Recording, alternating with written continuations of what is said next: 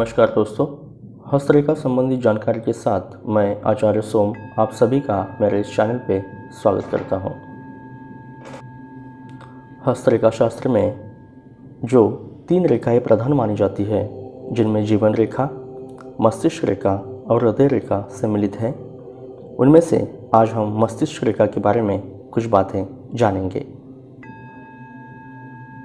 मस्तिष्क रेखा से मनुष्य के मस्तिष्क तथा बुद्धि का पता लगता है।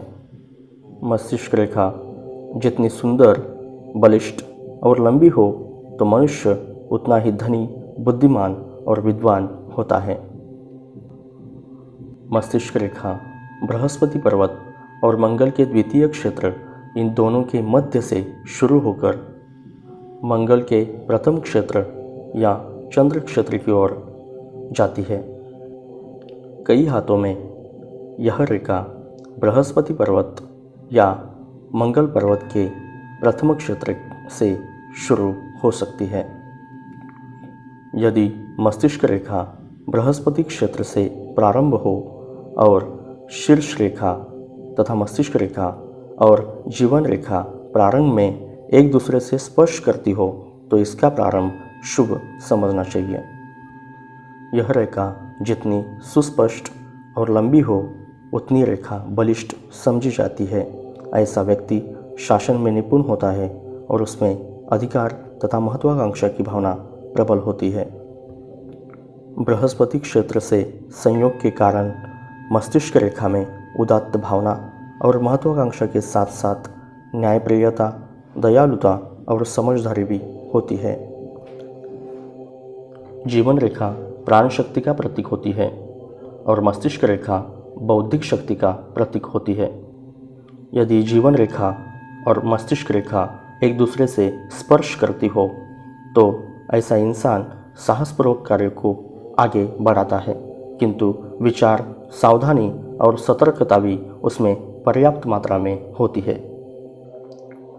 यदि मस्तिष्क रेखा बृहस्पति के क्षेत्र से प्रारंभ हो किंतु जीवन रेखा से इसका संयोग न हो, दोनों में थोड़ा अंतर हो, तो ऐसे जातक में साहसी गुण तो होगा किंतु सतर्कता और सावधानी कम होगी।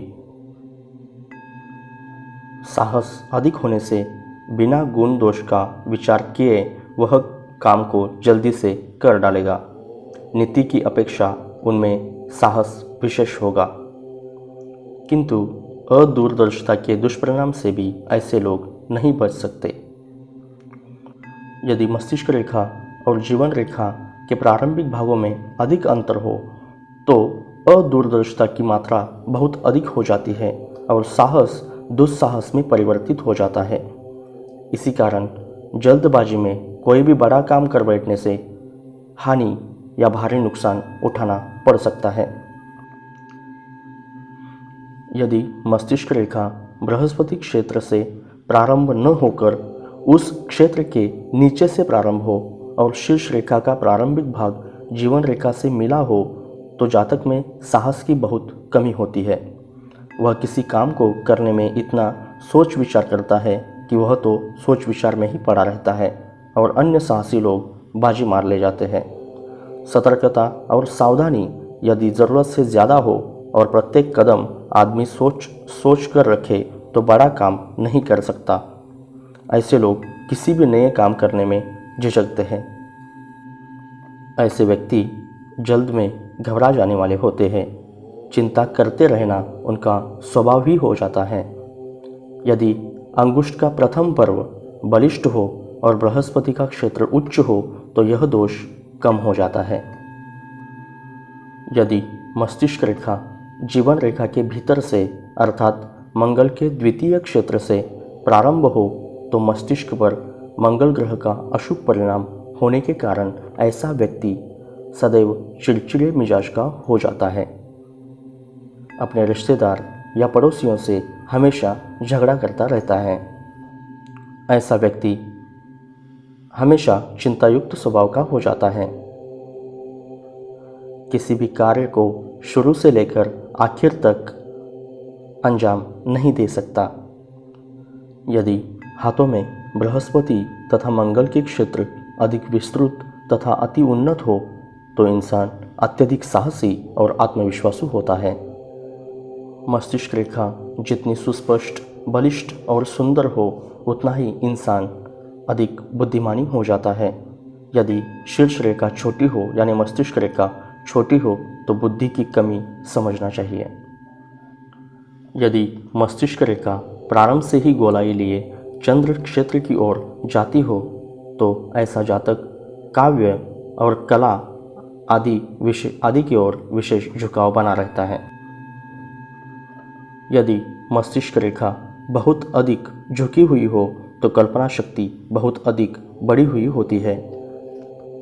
ऐसा व्यक्ति कल्पना जगत में अधिक रहता है तथा वास्तविक जगत में कम रहता है।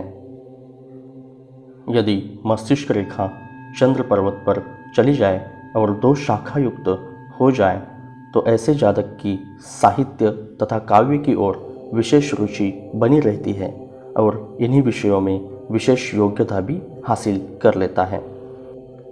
यदि मस्तिष्क रेखा मंगल के प्रथम क्षेत्र तक तो सीधी जाए और उस क्षेत्र पर जाकर कुछ ऊपर यानी बुध पर्वत की तरफ मुड़ जाए तो जातक को व्यापार में अत्यधिक सफलता मिलती है और इसी में शीघ्र धन संग्रह करने में व्यक्ति सफल हो जाता है।